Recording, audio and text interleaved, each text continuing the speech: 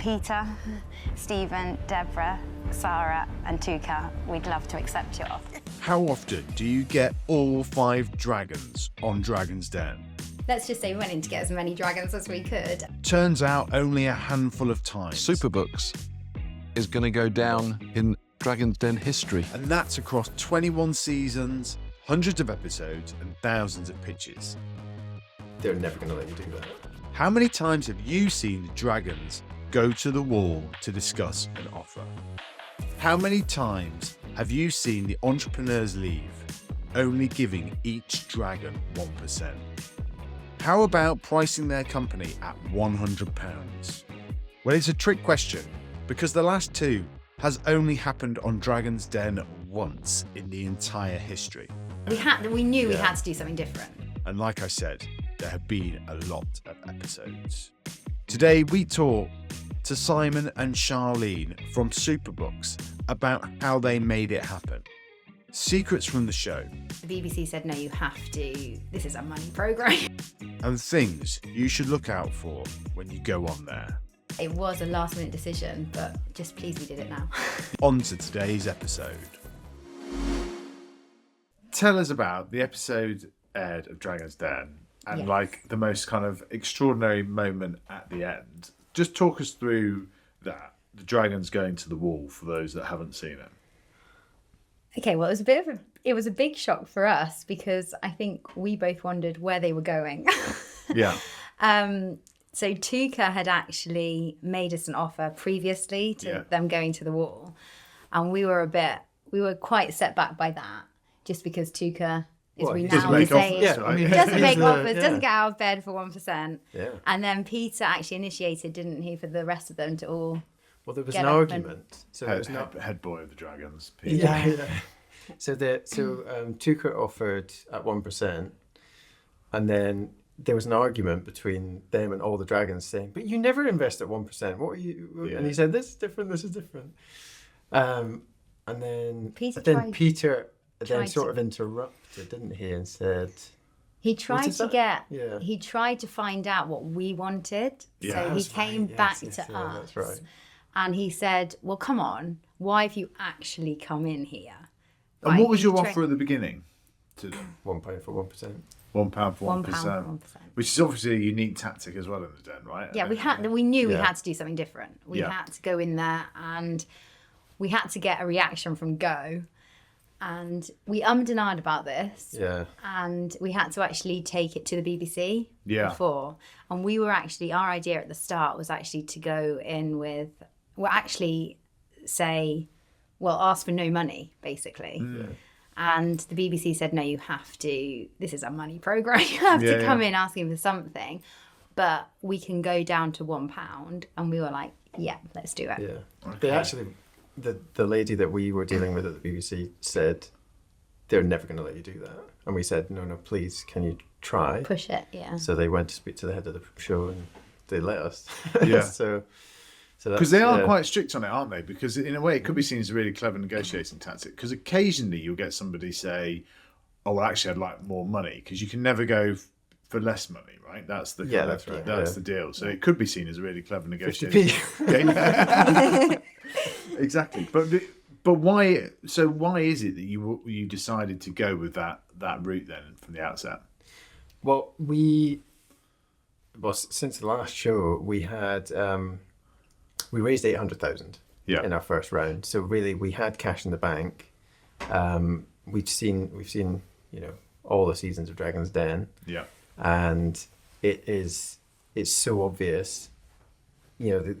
If you go in there, you've got to be willing to give up 10 to 20% of your business. Yeah. And with a whole load of high-profile angels and VCs backing us, we just didn't feel comfortable giving away that amount of equity. Yeah. So our thought process went to, well, how could we get out of there with the least amount of equity possible? Yeah. And this is where this idea came for, like, is there a way...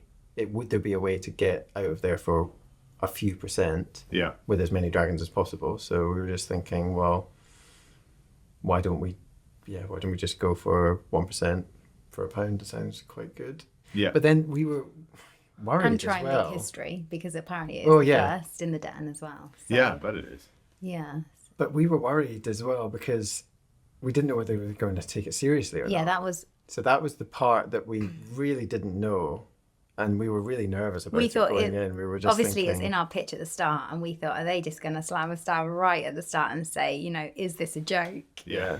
And that was a big It fear. would be easy to sit here and say no, or oh yeah, we planned it out. We thought we were going to get them all, but that really going in, we were still so nervous about it. Yeah. And we had the 1% actually came up only a couple of days before we went into pitch. So we had a rhyming pitch that Si actually created, and we had to change that last minute due to the £1 for 1%. Yeah. So yeah, it was a last minute decision, but just pleased we did it now. Yeah. And so how did you feel when you were doing the pitch, right? Because you must have adrenaline kind of like absolutely coursing through your veins. Like, and what was the sort of, and then you sort of say that bit at the end, what was the reaction and so on?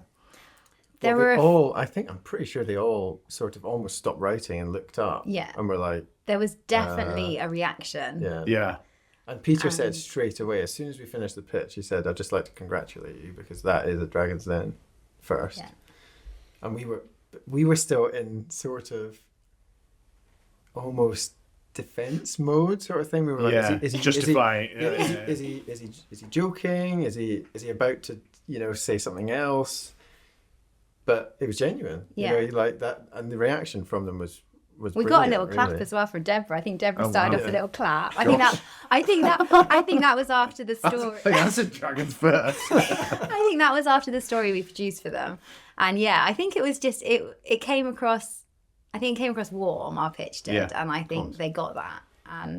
And so you put loads of thought into it, right? Because you did the rhyming and then you did the individualized books for them as well. So talk about the kind of, you must have been prepping this for months, right? Well, we didn't know about it, Well, so we actually, got yeah. we got the call to say, okay, we've made all the interview stages. You're going to be airing on Dragon's Den, but we didn't actually get told a date until I think it was a couple of weeks. I think it was 2.5 weeks. It was we had 2.5 to prepare. weeks Oh, right. before. Okay. So we were quite calm about it.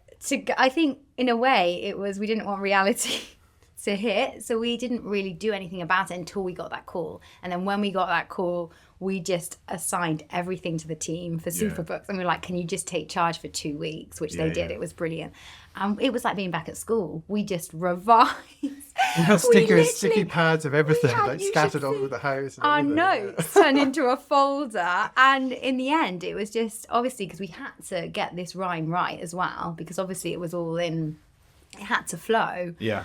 And I think that's the thing. That's all we were saying in the end to each other. It's just we were just practicing the rhyme. To the point where Goldie, our daughter, was like, Yeah, please stop saying the rhyme. Also, she learned it as well. So Yeah, she I was bet. like our little prompter. So every time we got it wrong, she was like, she'd say like the right word. And we were like, oh my gosh, we need to take her Yeah. in. Yeah. That would really, talk about putting on heartstrings. I mean, it's quite a high wire act though, because if you forget it or you stumble or whatever, right? Like, it's sort of, it goes from being an amazing pitch to a complete disaster, right? Yeah. I He know sets out free now. we were very nervous about it, but We just had to go in and just... I mean, we What it must have, is, we literally must have practiced it. Hundreds and hundreds of times. Yeah. Until it kind of is just ingrained into you. But like you said, when you go in there and you start, because before you go into the den, you do like the pre-interviews, and they do this bit where you kind of film you in the lobby area and the lifts and stuff, and you can feel yourself just getting into this kind of like really kind of nervous state. I and forgot then my age. And that was like right at the start. interview, yeah, that was so funny. I had to ask you, didn't I? Do you know what? Somebody I don't know why it sticks in my mind, but somebody the other day asked me when I was going to be 40, and I actually had to go back to my birth year and have 40 on rather than think about it. I was just like, that was the quicker way of doing it. But yeah, that's so. Well, how like the can you give us a rhyme, because maybe not everyone's seen it, etc. Can you remember it now? Do you know what? Start me or off. have you- I started. Oh, you were, Start me off. I forgot. it was... There's a quest. No, once upon a time. This is why we didn't do this in the This didn't happen in the den. Can you remember? Our question once. Our upon a question once upon a time was, can kids' stories be sublime and free and instant, zero stress? The answer, it turns out, is yes. That's the first verse. Don't ask me to do any more. And then it goes on to sigh. Yeah. Can you remember your bit? No. Fine. We got the first verse. It could just be like the national anthem, but let me do the first verse. No, it's like, yeah. So you do that. And talk to us a bit about the process leading up to it then. You touched on it there that you get the call 2.5 weeks before, but yeah, there'll be loads of entrepreneurs. I mean, Dragon's Den, the iconic show, right? I think it's actually done quite a lot for British business and kind of giving people that aspirational kind of moment and seeing the kind of culture of business. But when did you think this might be a good idea to apply and just chat us through a bit about the process? It's been on our radar just because... Well, my dad is a massive Dragon's Den fan, so he is always at us, like, you should be on there, especially, I think, some of the ones he's seen, like, back in the day, right at the start, he was if they can do it, you can do it, but it has ramped up year after year. And the more I watched it, the more I was like, oh my gosh, this is just getting me too anxious. So I was like, always like to sigh, not sure about this. But Sai actually entered us secretly. I didn't know about it. When we got the call back, I was shocked, horrified, and ready to run into a hole. But there was months gap when I just decided, because one of our first investors, Henry, he had been on Dragon's Den and his business had totally changed overnight, because of Dragon's Den. It's Henry Dessert, right? That's right. Yeah. Like angel investor in you and been on the show as well before, like. And because he got the highest ever valuation, right? So you guys bookended. Yeah. He got the highest. You got the lowest. Exactly. That's brilliant, isn't it? That is brilliant. And it was on our first. Yeah, I mean, So literally, in the day one, the first time we met, he said this would be absolutely perfect from Dragon's Den, but we were just so resistant to it, just because we were terrified, really, of doing it. And then I decided just to apply. Yeah, it was about. Well, I guess it was about a year ago now. But I applied, I just put the application in, spent about 20 minutes, didn't really think about it, entered it. And then it was probably at least a couple of months. Yeah. And then out the blue came this call. And it was, this is Sophie from Dragon's Den. And it was, oh wow, it's actually, okay, I didn't think I was going to get a call back, but then we did. And then that was actually the first round of interviews, just straight away on the phone. So it was about 20 minutes. And then I had to go back that night and tell Charlene. And your face was like just an absolute picture. But I think it was more for me. It was, okay, I've just been told the news. We're in the rounds of interview stages, but then we also had another interview. I think it was in 2 days, and then following that, for the following week, we had to deliver a pitch to send to the BBC as if we were actually on Dragon's Den. Like, what would we pitch? And I mean, that is laughable if we remember back to that. I mean, the takes we took, we set up our tripod in our dining room. And I mean, it must have taken us the clip was a minute, and it probably took us about 3 hours. Yeah, it was ridiculous. And I think that started off the nerves for us, because we were like, oh my gosh, it's taking us this long to just, but yeah, I mean, we did practice and we did all guns blazing for the actual pitch, and it paid off. There was so much due diligence. It was, incredible amounts. Email, it just seemed like it was never going to end. The list, I think they send you a document. It was like a 20-page document with all these different things and requirements. And then after that is submitted, they then go through everything, like literally line by line by line by line. Yeah. And, we've been through due diligence with VCs. Yeah. And it's like multiple levels on top of that, So how many hours do you think it was that was just Dragon requirement stuff? So not your own preparation, but like from the producers and so on. How many hours do you think it was? Days. Yeah. Oh yeah, days. Yeah, but like, a week's worth almost. Probably.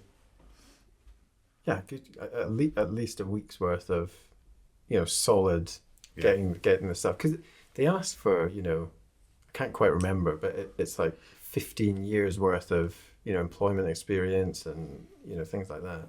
Yeah. So you're digging into the depths of your emails trying to find things. Yeah, it takes a while. Gosh, yeah, more intense than VT says a lot as well, right? Oh, absolutely, yeah. So talk us through kind of like what the kind of plan is now, right? Like it's going to be this like amazing kind of cultural moment, etc. And yeah, what do you think it's going to do? Do you want to go? You go. Well, one of the big things that we're really excited about is that because of the dragons, and particularly Tuka and Peter, we're able to start having products. Yeah. And we can't say exactly what those are just yet, but it's just our dream to have, these characters that we've created like coming to life, essentially, and that is the reality of what's going to happen over the next, year or even 6 months. So that part of it is just unbelievably exciting. But I think with the visibility as well, we want to stay true to what the service actually is. We are about creating, the world's best stories. Yeah. And that's really what we want to do. So when hopefully the money starts coming in, because I think we talked last time we talked, that wasn't really in sight. Yeah. So that part of it is kind of exciting for us to be able to then reinvest back into the stories and the people that are reading the stories as well. And just to make it clear as well, we want it to be accessible to everybody. So we will always guarantee that there are a set number of stories on the site for free. Yeah. Because that's one of our unique selling point that we went into the den as well about, wasn't it? Yeah. And how can people sign up? Let's just do that call to action really simply and succinctly, right? So come to sooperbooks.com. Yeah. And then there is right on the top of the homepage, get 100 Superbooks free, put in your email address, and we'll send you them. You've got it there. And it's audiobooks as well as stories as well. So, I mean, in terms of the value compared to what you would get in a bookshop, we're talking between £500 and £1,000 worth of value per customer that we're giving for free. That's amazing, right? And talk to me about some of the stats around children's reading, because it always shocks me when you kind of go over these, right? And you really are kind of quite mission-led on all this stuff. Like, and, I've got 3 kids now, so I spend a lot of my time reading books to them and so on, but it's not the norm for lots of people, right? No, absolutely not. Well, we were shocked as well. Yeah. So the stats actually say it's 40% of children in the UK leave primary schools with the minimum requirement. Less than the minimum. Well, less than the minimum literacy requirement. Yeah. And that is just, for us. It's terrifying.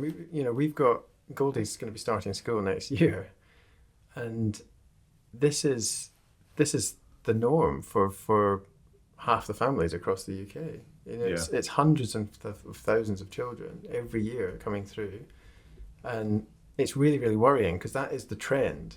And the problem that we're trying to solve as a business, and it's a really deep-rooted social, behavioural problem for all families. And the real crux of the issue is that families are choosing entertainment over reading. Yeah. That's what it boils down to at the end of the day. And we feel it's our Reading job. is entertainment, right? It is, but in a world where you've got, at the touch of a button, you've got, all these, you've got TV shows, you've got games, you've got apps, you've got...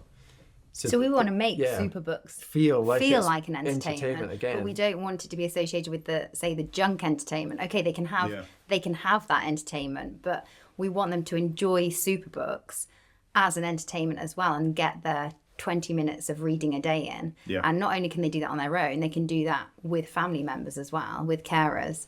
And and why do you think children aren't reading? Do you think a lot of it comes down to a cost element, right? Books, they aren't sort of... What's the stat on, I think, in the... So there's a massive part of it is the cost of it. I think it's half there is a stat, we'll have to look it up, but I think it's half of families now with the cost of living crisis are saying that physical books are literally just too expensive to buy. Yeah. And libraries still great, but accessibility again. It's getting to the library. And time and getting when you got small kids there. It's not. Yeah. I think there's also this element of it feels quite old to have, or old-fashioned to be reading off a paper book, because in a child's life, the fun and excitement and things that they're experiencing are coming through digital. Yeah. You know, they're communicating with their friends. They're it's all the feelings that they're having are coming through these devices, and that's quite a normal thing. Yeah. And if you then introduce this kind of old-fashioned book, in a way it feels more like kind of school or education, and we need to create that feeling inside the child and the parent using a medium that they want. Yeah. You know, and there's lots of people that say, "Oh no, but you should it's the art of reading off a page." Well, but that's not the behavior of the typical family now. And if, you know, Roald Dahl's Matilda, it's words, and actually the medium of delivering those words, it's still the same wonderful story. Yeah. And that's the point. It's just that a child is more likely now to connect with the digital, and some people don't like it, but I think that's the reality that we're facing, you know, as a nation. It's basically moving with the times, isn't it? Yeah. And that's what we're trying to do. And what are the advantages of reading, right? Because I think that's some of it. Like some of us, we're growing up with it, we get it, right? But you've got these phenomena like book talk and so on. So what are the advantages of reading? We've realised as well, reading up on these things, that disengaged children, they don't want to read. They might be scared of reading. Yeah. Yet having it on this digital device makes it fun, and also something that they can. The other Go on again. Sorry. The other trend as well is because as less people read, the parents as well grow up not being confident readers. Yeah. So you have this kind of ongoing effect where the habit's not forming. Yeah. And also, if a parent finds it challenging to read aloud, or a bit embarrassing or a bit uncomfortable, then they're not going to want to do that with their child. Yeah. So that's another thing that we make really, really easy. You can literally press a button, it's called Read to Me, and we read to you. Yeah. So you can have the experience of reading until you feel confident as a parent doing it, and then hopefully that then forms this habit that you have. But in terms of reading, the benefits are absolutely endless. I mean, it goes from mental health, behavior. It's obviously, it can help grades at school. It can help mathematics. Yeah. It can help future as well. Yeah, it's your future job prospects. So it's all the stuff that we're talking about. Yeah. And happiness. You know, there's even studies that say it can extend how long you live. You know, it really is an unbelievable skill and tool, which, you know, it's dying. Yeah. And it's we need to save it. All right, well, let's talk about you're clearly on a mission to do that. Let's talk about some of the exciting stuff in terms of the character development and so forth. Because this all started in lockdown, right? We touched on it in the introduction and so on, and in the previous episode that we did as well. But give us the sort of the elevator pitch of kind of how that all happened, right? So initially it started by just drafting a few stories and sending them to friends and family, right, during lockdown, and then it just took off. Yeah, so we actually, during lockdown, we thought, families and friends are enjoying this. Why can't parents out there and schools that are going through, everybody's at home at the moment, homeschooling. So we literally blasted out. I think you actually got hold of thousands of lists of schools, and we just wrote them an email. Check out Sooper Books to help with your reading. I think we're working with Phil at the moment, weren't we? We were working with Phil, our voiceover, who did the audio. And we couldn't believe it. Within 6 weeks, we had gone to the top of Google, and we were beating CBeebies, Wikipedia, and we thought, wow. I mean, we're maybe. literally the number one bedtime story website in the world. Yeah. Within months, so it was crazy, and you know, since then, the business has had to sort of diversify away from just bedtime stories into, you know, children's stories. But essentially now, in the time from then until now, which is what, 2.5 years, we're essentially the category leader on Google for children's stories and bedtime stories. Yeah. With nearly 20,000 keywords, ranking at number one. So how many people have you got kind of using, visiting on a daily basis at the moment, then, weekly basis? So we get, last month we nearly hit 1 million views on the site. So I think it was 950,000. And that is roughly 100,000 kind of families coming. And that was before the 10 aired, so hopefully, you know. I know you should come back next month and give us an update. I'm sure it'll be. I think times. you might break the 1 million mark. That would be hedging my bets. And the characters, right? So, like, how do you come up with them? Like, it must be an incredibly kind of creative sort of experience that you like do, and you know, carry notebooks around with you, jotting down all these things. But talk to us about the different characters and where they came from. So we have currently we have 9 original series on the site, and each have roughly 10 episodes in each series. Inspiration can come from anywhere and anyone in the team. And we work with some amazing writers as well. And it can be most of our inspiration probably comes from home, Goldie, and just looking around. But we have basically an idea list that all the team share, and anyone that takes our fancy, Glenn, who's our head writer, he goes away and writes almost like a synopsis of what that world could be about. Yeah. And then that comes back to me, and I draft up some concept characters for it. And I think it goes around the team. We get a kind of initial reaction, a bit of a brainstorming. Voice and characters as well. So that's a massive thing as well. The narrator will come in and try different voices for different characters and things to try and get it. Okay. And it's amazing what matches, like how you think, why that character matches that one bang on, and the voices go, and then we're away, and Glenn takes it away again, and he does a kind of synopsis again of like the world in general and a few of the episodes, and then it's back and forth with editing, and then it's a whole new magical world that we've created. In terms of the initial ideas, literally can happen anywhere. We were taking a walk in Putney when we lived there, and we just suddenly thought of a rat. You know, what about a rat in London? But what could be different about this rat? And we thought, well, it could be posh. It could be wearing like a suit or a top hat. Putney rat. Yeah, Putney rat. And that's the posh rat. So that came so about. That came whole about concept and series came up just on a walk, out and about. And that was one of our first rhymes, I think, that we did together right at the start. And then when we worked with a wonderful writer, Morgan, he actually lifted this posh rat into a whole new world and created a series from it. And we've got that currently on the site. And it's basically the rats that live underground. The London underground. And it's almost like a Sherlock Holmes, but in a rat world. That's amazing. And what other talk to us about some of the other characters as well then? Like, what was your first one? So the first original ones we did were the Ogglebugs. So they're kind of wibbly wobbly friendly aliens that live on planet Ogg.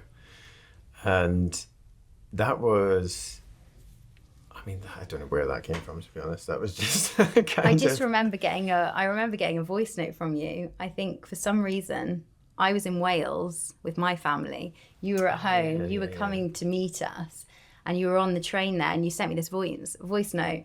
And I think you'd written like a little note about the Ogglebugs. First sentence to me, and I was like, "Yep, that's the one. We've got to do this one." It's just the name Ogglebugs. It sounds, it's just. These friendly aliens, and it just went from there. And that currently is in production now I think we're on I think like That's up to the 30 episode, because we've just had people come back to us saying we want more of this, we want more. That's one of the most popular ones. Yeah, we get we get fans kind of drawing pictures and sending them to us and things like that. And when people do that, we try and surprise them with something fun. So, the film narrator might make a character voice and send it back to them or something like that, just to kind of make it a bit more magical for them. That's very cool. And where did the name Sooper Books come from? I remember this last time on your podcast. So we still don't know, Jimmy. We go Not back. worked it out. We go back. I definitely thought of it. But I'm sure I did as well. We're not too sure, and I'm not sure whether we've had this conversation so many times now. It's just been fuzzed somewhere. But But I it did feel remember right. it was in the kitchen, and we had a list, and we started just writing names down. And every time we had a thought, we'd write a new name down, and we used to put crosses by each other's, like, no, that's not right. And then Sooper Books, it wasn't actually written down, it just got said, but I don't know who it got said by. And then that's it, that's how it was born. We didn't need to write any more. And so talk to us a little bit about the process of, like, you've got the name, you've got characters, sending it to friends and family. When's the moment that you decide we're going to stop doing our sort of silly jobs and we're going to, we're really going to go for this kind of full time? And then how did you go about kind of like raising money as well? So the transition between kind of freelance, because we were both freelance at the time. So I had a city job and Charlene worked for a publisher. Then we both went freelance. But then COVID hit. Yeah. And because we were in freelance world, when COVID hit, we weren't really, there was nothing kind of coming in. So we were doing that anyway. But then at some point, you got to earn some money again. And that was the point that we started thinking about raising money. And we literally sent Henry, that we talked about earlier, we sent him cold email on LinkedIn. And it just so happened, I think, that he was moving on from, I think he just sold Look After My Bills, and he was looking for other opportunities. And there was a post that he posted out saying, just get in touch. Yeah. So we did, and a week after that, he met us in Putney. And we had this amazing meeting where we took Goldie, a walking meeting in the park, because we were all kind of outside. Oh, yeah, of course, yeah. Yeah, we had no one to leave Goldie with, so he was like, don't worry, bring Goldie just along. Bring her along. So the first meeting we ever had about Sooper Books was with Goldie in the pram walking. She was asleep. Which is quite ironic, really, considering we made Sooper Books for Goldie in the first place. So. And then as soon as Henry plugged us, he there and then said, yep, I want to invest. I will be your first investor. He then plugged us into his angel and VC network. I mean, the rest is history. How did you come across Henry in the first? Why send that cold email? Dragon's We Den. saw him on Dragon's Den, right? Yeah. That was it. So it comes kind of full circle. Literally, yeah. It was amazing. From then, I mean, our experience of fundraising was not typical, I don't think. Yeah. From what we've heard of other people trying to fundraise, it's very, very tough. You could be on dozens, 50, 100 calls, before you're getting that traction. And with Henry's backing early, I mean, it was almost everybody that we spoke to said, yep. And before we knew it, I think we wanted to raise a couple of 100,000. Yeah. And we ended up raising 800,000, and that was twice oversubscribed as well. Yeah. So it was. I mean, it was lovely that people actually saw our vision on Sooper Books, and I think they meant. It is still early for us. Very early. We've had, and since the last, we've hit a milestone since we last spoke as well. We've hit 25 million views on the site, so it is growing quickly as well. That's extraordinary. And what have you? If you could go back to that conversation in the park and tell yourselves 1-2 things about running a business, what would it be? I don't think we knew what we were getting ourselves in for. Absolutely not. I mean, we don't know when to turn off. Do you know what I mean? It can be, it's hard. Running a business is hard. It's challenging. We wouldn't change it. I know we wouldn't change it because we're kind of go-getters. We're go-getters. We like that challenge. Yeah. But yeah, we come to supper in the evening and we're still talking about it. Come on, we've got to have it. It does feel like a crossroads. That meeting really took our lives in a completely different direction. Yeah, absolutely.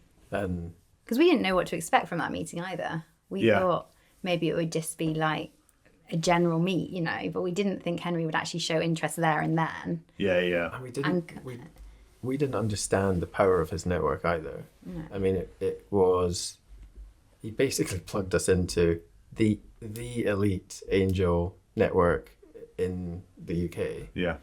And having his backing, and then immediately backed by 2 lords as well, straight away, and then the backing of our first VC, and that was the SEIS bit, literally done in moments almost, and as soon as that happened, the rest just followed. And royal backing as well now, right? Yes. Yeah. So that was, I mean, it went from kind of lords in education to then to I think there was 3 or 4 people from Y Combinator, including Tom Bloomfield, Matt Robinson, and then the icing on the cake was Princess Beatrice, and her kind of close family through Eduardo, her husband. So it's it was just unbelievable for us, really, to be honest. Because from outside, it looks like the sort of dream, right? Like, I mean, talk about a story, lockdown, you're passionate about this creativity, making something for your daughter. You then sort of, scale it, raise money from former dragons, from the royal family, from UK's top entrepreneurs like Tom Blomfield. Like, I mean, it looks pretty extraordinary, like in terms of from the outside. But I guess what would you go back to that sort of park scenario? If you could tell yourself a couple of things, what do you think it would be? I'm sure you tell yourself a lot of things, but when it comes to the question, you think, I know. What is it? Time management is... Yeah, I think... What would we tell ourselves? I'd probably try to be prepared for the amount of kind of human resources, like staff elements. Yeah. The kind of the admin side of the business is way more.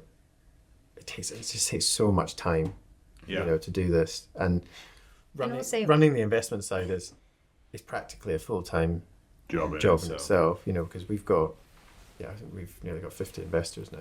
Yeah. And I think when we had that meeting, like Si was writing, I was illustrating. Oh yeah. We're not doing that anymore as much, and like we've had, like you said, the team, we've had to delegate. And I think when you're in that situation at the start, I know for me, I thought, we'll just be plodding along, almost still doing this. But you have a team to run. Yeah. You have to manage people, it's challenging in its own rights. And you have a company to run at the same time. So this is complete learning curve from us, because I was in the bank and there was maybe a few people I had to be responsible for, but this is completely different. You're wearing 100 hats all the time, and none of it we've ever done before. So you're learning at 100 miles an hour, just trying to think, like how do I do it? And I know it's hard for both of us. I think delegation as well, because delegating things. Well, the thing is, we're both creatives. We both love to get stuck in different areas, and sometimes you've just got to take a step back and believe in that person you've hired as well to be in your team, and think, no, you stay at what you're really good at, what your forte is, and let the other people, get involved in those areas, which they are really good at. And I think we found that challenging at the start, I think. I think that's the thing, because you're not really prepared for how it changes and how it changes so fast as well. Yeah. So these. And for us, it was fast. It was really, really fast. You know, we went from the two of us to you kind of like a team of 8 to 10 people within a few months.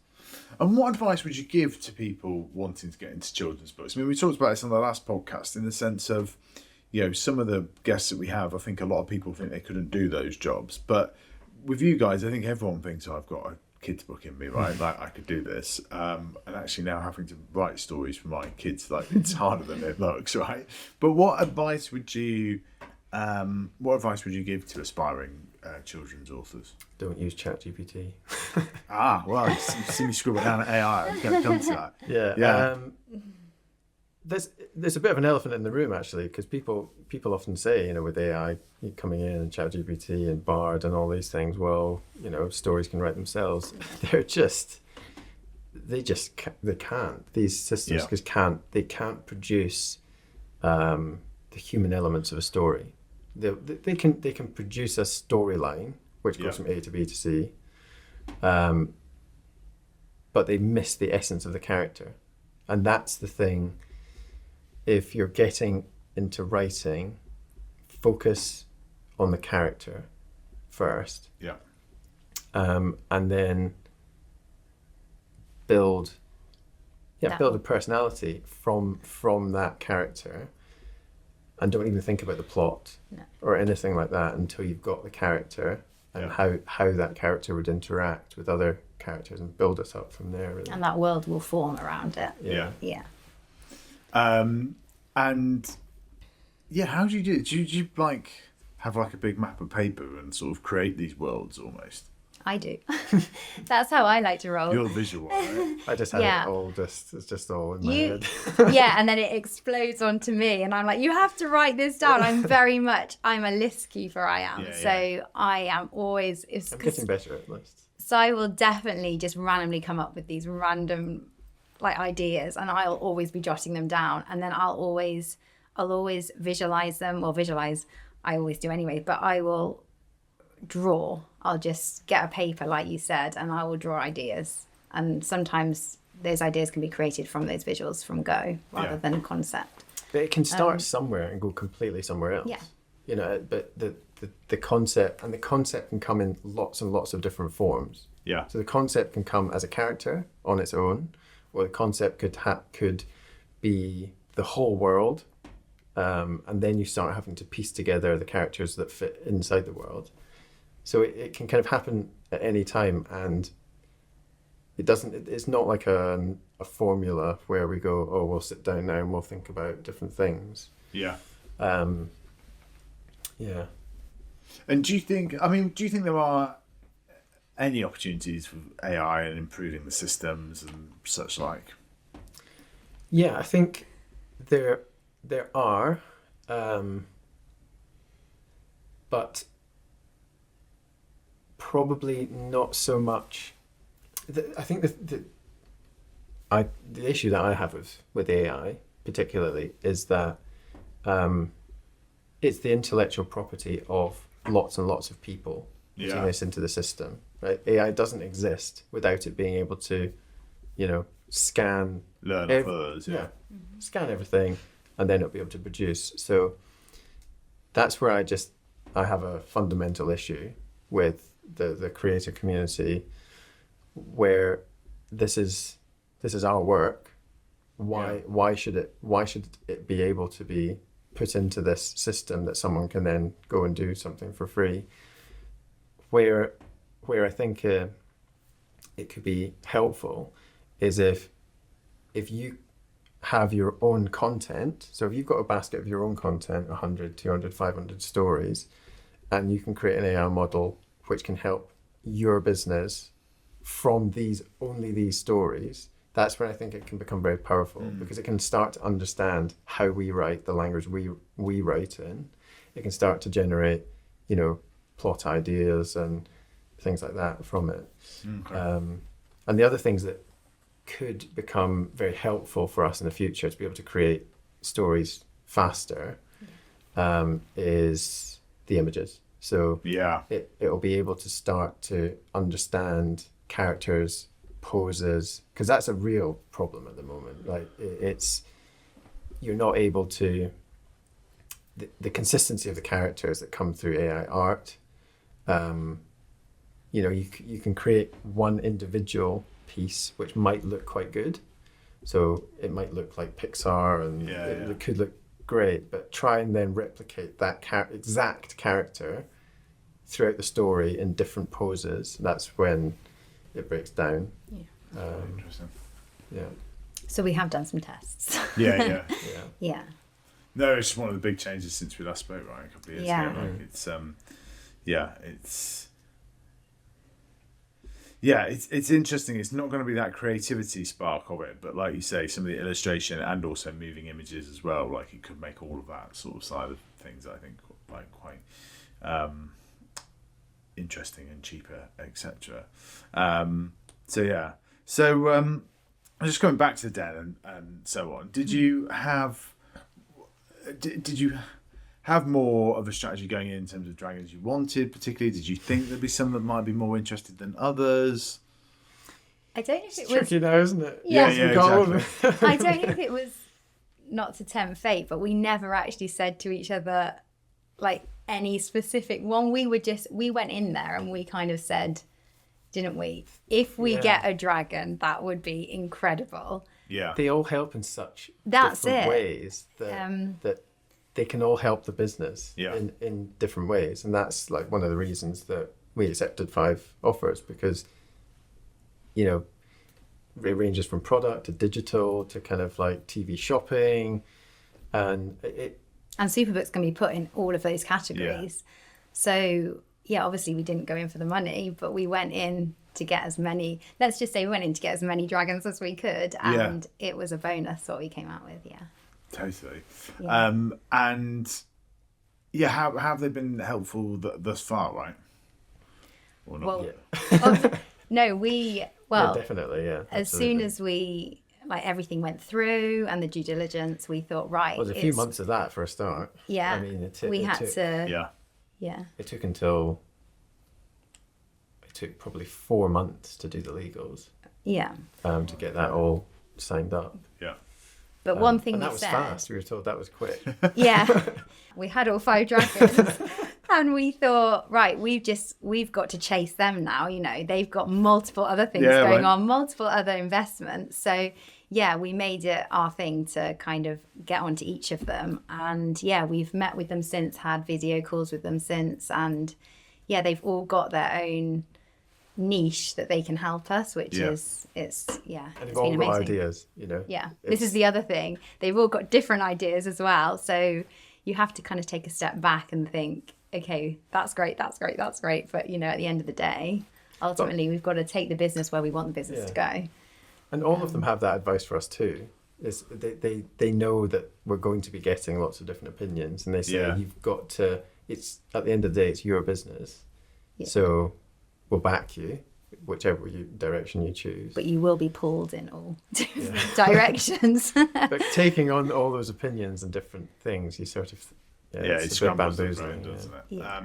And what do you think? And will you publish the stories with the dragons that you did for them? Well, it was almost so. On the website Sooper Books, we have Weird Life, which is a nature mockumentary. Okay. So it's a take on David Attenborough, basically. Yeah. And it's amazing world. It's all about Hickory, which is AKA David Attenborough, let's say. And he goes around different worlds. For example, there's a cheese world, and he meets a curd monkey who, it's incredible. And then there's a smunk who is a take on a skunk, but instead of like scaring his predators away, he lures them in with different smells, and he survives on hugs and love of energy.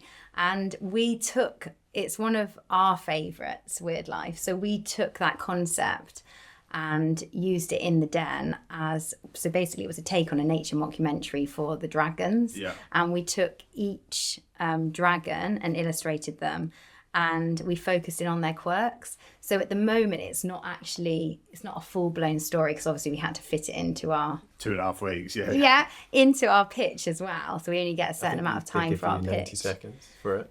So What, you get 90 seconds? Is that all to pitch? That's not even... I just assumed that was editing each time. well, that's 90 seconds There for our is- actual rhyme, and then we got a few minutes after for this story to show almost our product. But it basically is 5 minutes all in then. Yeah, so it's a maximum, short, let's just say it's a short nature mockumentary of the dragons, and we had to like pull at them a bit. We had to make a little bit of fun of them how we did it.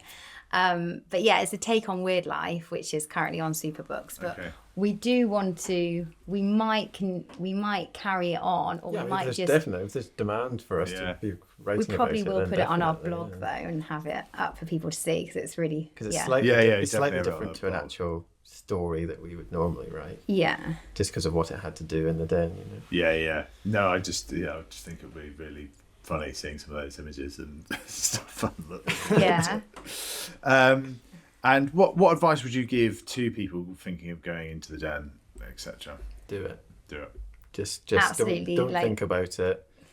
Just apply and think about it later, Yeah. Yeah. you know.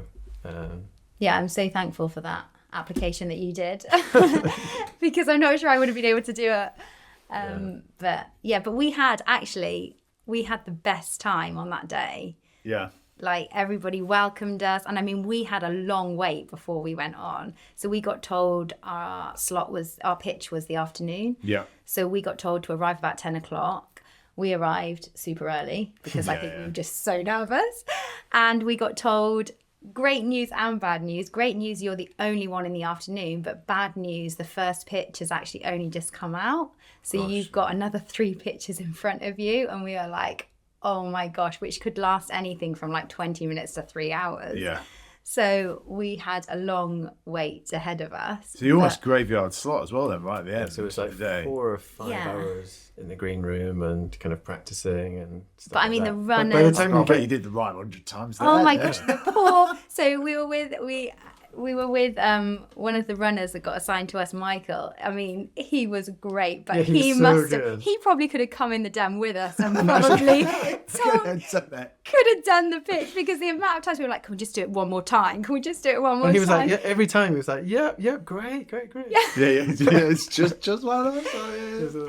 But it was a really good day, actually. It was really good, and yeah, Fine, I Quite a think, blur, actually. You kind of, it's funny what you forget. You kind of come out of there, and I'd almost have a complete blank of what had happened. Yeah. And then over time, How long were you in there for?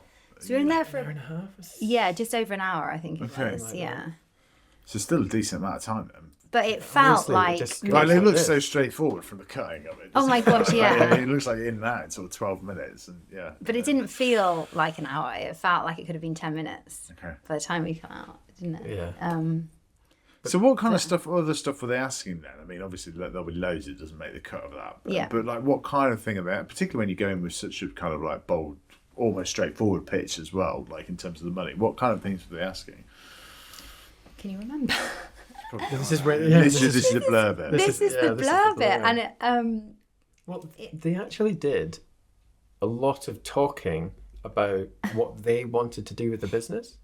yeah, amongst So- each other as well. So we had prepared the most detailed, Yeah. like we had prepared all the numbers, we prepared every possible question, and it really only sort of skimmed the surface of that. If that. And, Tuka was talking about, all the different products that he wanted to do, and then when Stephen was going, no, but you could do this and you could do these other things, and then Did Tuka offer you some office space in London? That's one thing he didn't actually. Yeah, would have been it. But a lot of the conversation, it hit off between Tuka and Stephen. It was quite heated between them quite early on. And But I think as soon as they understood the proposition of what we were trying to get to, that's mainly where it went. And then you had kind of Peter saying, in fact, he offered to buy the business for £100 at the start, which we declined. Because it's not all the equities on sale today. yeah. So that was quite funny. But yeah, I can't really remember. No, it is all a blur, but we prepared a lot, and we really thought we'd get a grilling, actually, because you watch some of the past episodes and series, and you see people coming out there being absolutely good products as well, and good stuff sometimes as well. But So they really do go And I mean, I couldn't watch Dragons, and I couldn't watch any episode before we went on because it just made me too nervous. But Simon would spend every evening in the room watching every single one. How did they do it? What's the different, what are the, And I used to just walk into the lounge and my stomach would drop and I'd have to walk back out again. So when was that moment you thought we're going to go with the pound strategy? That was. Oh, it was like literally. It was 48 hours before we. So we had gone with the normal strategy. We'd prepared all the material, the rhyme, and everything with another version of the offer, like a more standardized version. It was when we just thought. No, it was that moment we had. We did our last kind of practice with some family, and we both stopped and we both said, "This doesn't feel right. There's something that doesn't feel right here." Yeah. It almost feels to the book. I mean, obviously, it wasn't to the book in our actual pitch of what we were doing. Like, we'd done a story, we'd done a rhyme, but what we were going in for was almost like we just thought, we're creatives. We need to be creative in what we ask for. So I just said, come on, let's get on the phone to the BBC and ask them the question. Because then we thought, we'll ask for no money. But obviously, we had to ask for something.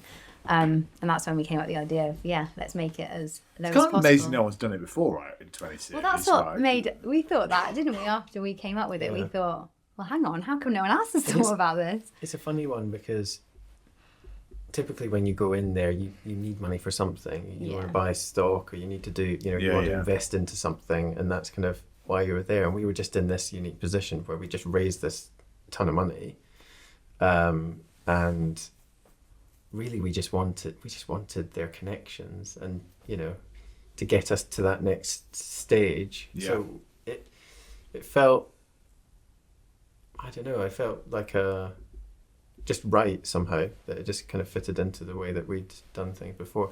In fact, that actually brings me back to, there was quite a lot of questions about the raise at the start. Because we had at the time we had a valuation of 3.2 million pre-money from the initial raise, and that totally shocked them both. I think it was Peter and Stephen both said, what? Sorry, how much are you? What? And I think that started that made us probably in their eyes feel a bit more credible. Like, we've got these investors, we've raised this money. And then Peter was like, well, what went wrong? Like, why have you valued your business at £100 if it's 3.2 million? But obviously we said, look, that's not part of it. We've chosen, as the founders of the business, to give this equity from our side, so this doesn't hit any of the investors as well. Okay. So that was another side of it. And then I've just remembered something. They wanted to know where the business could go as well. Yeah. Which was quite exciting because obviously we've got plans for products, which I think Tuka's eyes were like lighting up there. But they definitely saw the potential on the data side and the IP as well. Yeah. That's a massive. One of the things that that we had to provide to them was we didn't actually see this, but there's a screen in there, and when the dragons go in there, all the stories were scrolling across the screen. Oh, right, okay. And I think that was... Well, behind you? Yeah, kind of next to us on this big monitor. Yeah. But when we came in, the screen went blank to do our pitch, and then it was a different... It was a different setting. But when the dragons first come into the room and they're kind of mingling and getting ready for the pitch, we had all the story covers scrolling over. There was literally like dozens and dozens and dozens. So they could see how much opportunity there was with all these different things and different characters, that I think when we introduced this idea of the IP, and the IP being worth the most in the long run, because ultimately it's our dream to kind of get these characters into theatre, into film, into TV and things like that. Theme parks. I think that's what they got excited Super about World, as well. Yeah. That's when they started getting really excited. When you combine the data element of being able to actually track which of these characters are the most popular. To take that one forward as well. Yeah. So we can see when our users are coming onto the site, we can see if they're coming back to the same story. We can see basically who's focusing in on one story. So we can... It really is that kind of data-driven Netflix-style model, but we're creating it in a new industry which needs love, What's it like when you first walk into the den? What's that feeling like when the lift doors open? To me, it felt like I was going into the television, because I was like, oh my gosh, this is just what I see on the TV. Obviously, backdrop had changed this year. Yeah. But Did that shock you? No, I was just focused on the dragons. You just focused on the dragons. And how small they looked. They all, because it's in quite a big warehouse studio. Yeah. And their chairs looked huge compared to them. They've got these massive chairs to make them feel like, the status, I guess. And they just look so tiny, I thought. But we missed our spot as well. Yeah, we have a spot to stand on. We had an X marks the spot for the camera, and we were kind of like looking straight down, trying to. But what they do is they film all that bit first. So you do a bit of filming in the foyer. You film the lift opening and the walkout, so that you don't have to worry about or think about any of that when you actually go in. Okay. And just in case it goes when wrong we as actually well. walked into the den, we were literally like looking at the floor to Where's try the and spot? find the mark. And I remember you saying to me, "We're not on the spot," Where's the and spot? I was like, and then Peter said, "Can you just just shuffle over a bit?" Because I think all about producer Pete. but I think for us, it felt like when we were going in there, it was live or something, and we had to do everything so like perfect. And then when Peter said, "Can you just move across a bit?" we were like, "Oh, that's ruined that." It's like, but it was definitely, for me, it just felt like I was stepping into the television. The way that the lighting is, it's not like that on telly. It's very bright and well lit, but the room feels a lot darker than that when you're actually in it. Okay. Is it hot? I don't remember temperature. If anything, it was cold. Was it cold? I don't remember temperature. And it's a very unnatural light that you're in, so you kind of almost feel like you're in a dream. You're inside the telly in this world. Like it's this spotlight directly on you, and then the spotlight's on the dragons. And then quite a dark surrounding. So it is almost cave-like, which is quite fitting for our story that we did for that.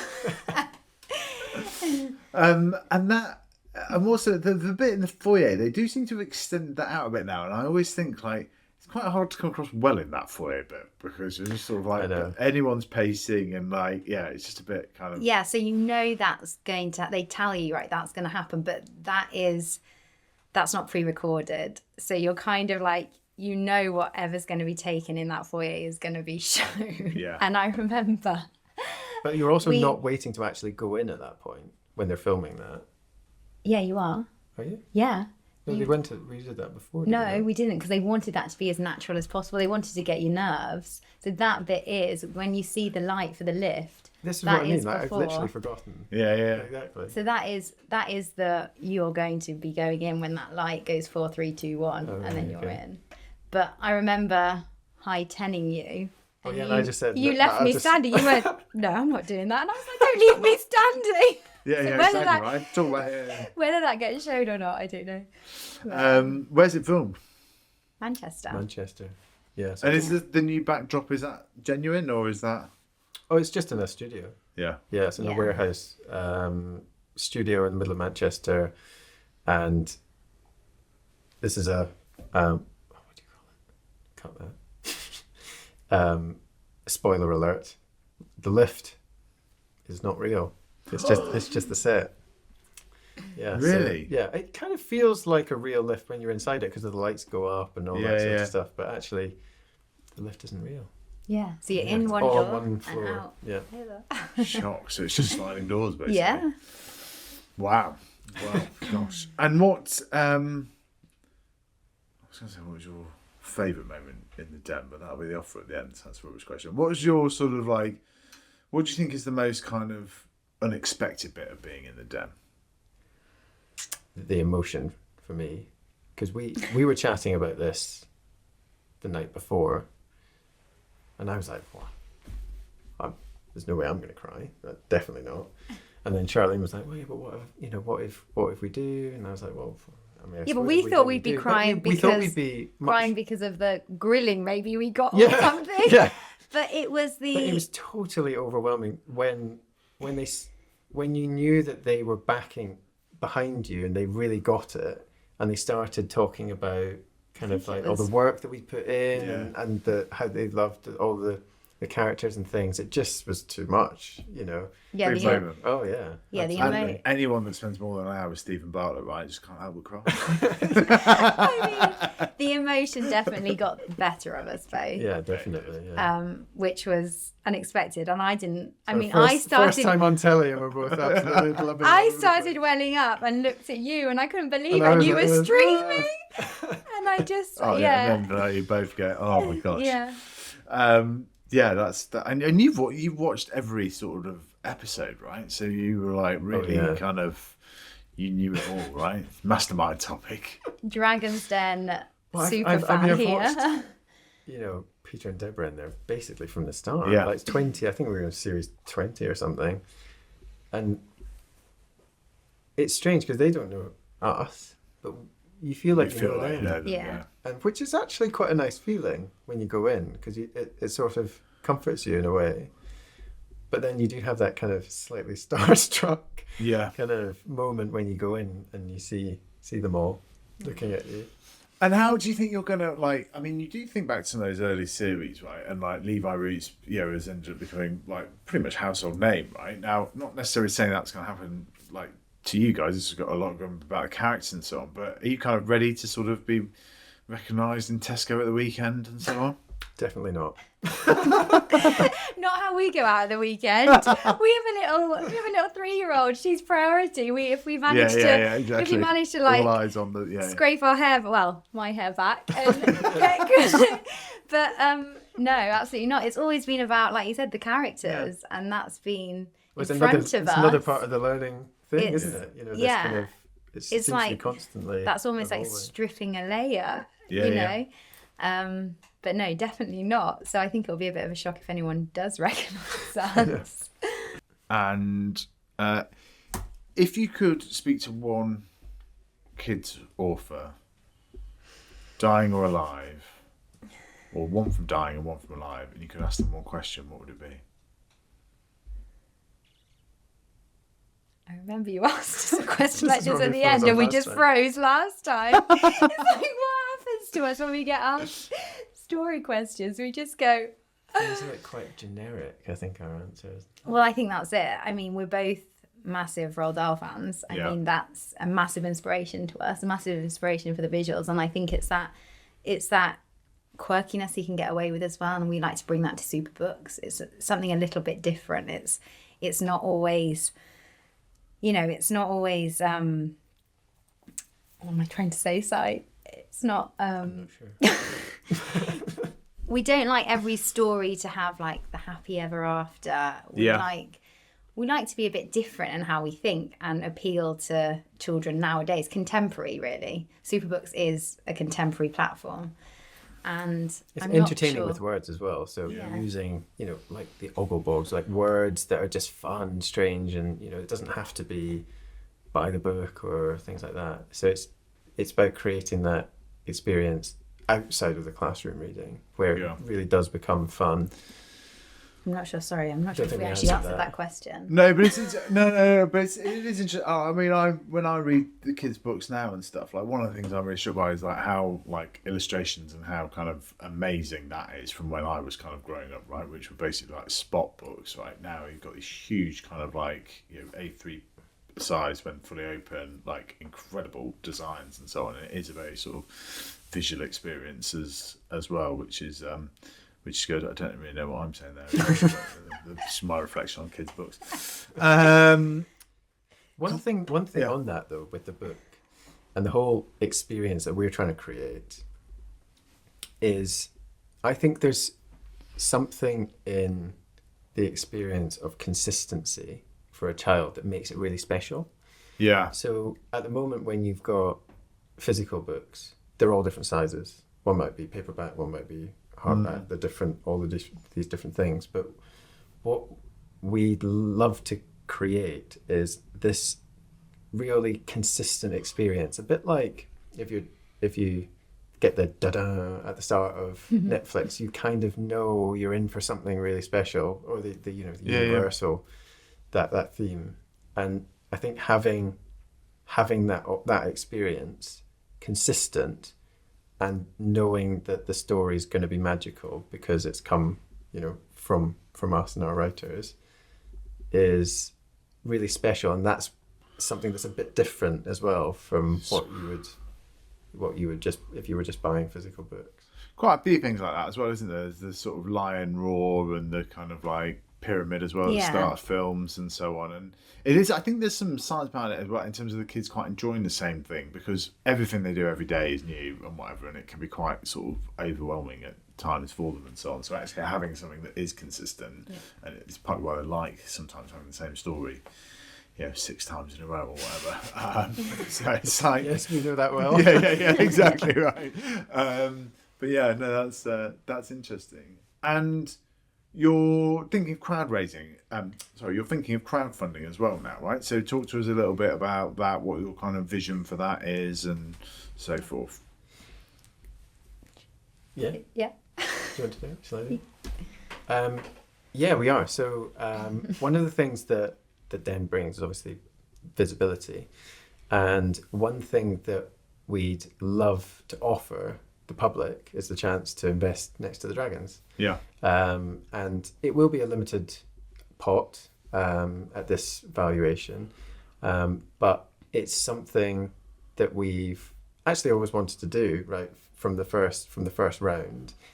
Because this is such a family orientated product, having real people, real families investing, and to be able to get proper, feedback straight from them and build that community from the grassroots as well. So for us to have, a few hundred extra investors is really exciting for us, I think, as a business. Yeah. You're looking at Crowdcube, right? Yeah. Looking at Crowdcube, and then there'll be a soft launch around the show, which is a kind of waiting list, and then there's a period after the show airs that will then open essentially to the public, but you can register interest, and we can put a link. Probably. We can put a link in the show notes and stuff. Yeah. I think it's really good, because I do think it's one of the, I'm not going to get too technical about capitalism and stuff, but people should be able to have ownership. And I've often thought if Dragons Den had a red button where people could do it afterwards, you'd get a lot of people doing it, and that'd be great. Because again, right, like money's helpful, but actually just having those people supporting you and having a channel as well is really important as well. I think that's the thing for us now at this point. It is good to have money in the bank, but really this is about spreading the word to as many people as possible, and getting feedback as well, because we're it's one of the great things about having a business that this is us. I mean, we use this every day. We build it for us basically, and if it works for us, it's going to work for millions of families. But having that extra feedback directly from the families and the experience just helps us to refine and create an even better experience. It's creating that community as well. We want to create a Sooper Books community that people know about, want to feel part of as well, and know that other people are doing the same. Yeah. There's something really special about that as well. Can you imagine if you turned on Sooper Books and the feeling of, this is the top story tonight, and there's hundreds of thousands of people all sharing that story and reading it, kind of like at the same time, there's totally. Something special about it. Yeah. So I'm going back to event TV, event books. Brilliant. Great. Thanks very much, Jimmy. Pleasure. No, thanks for coming down here.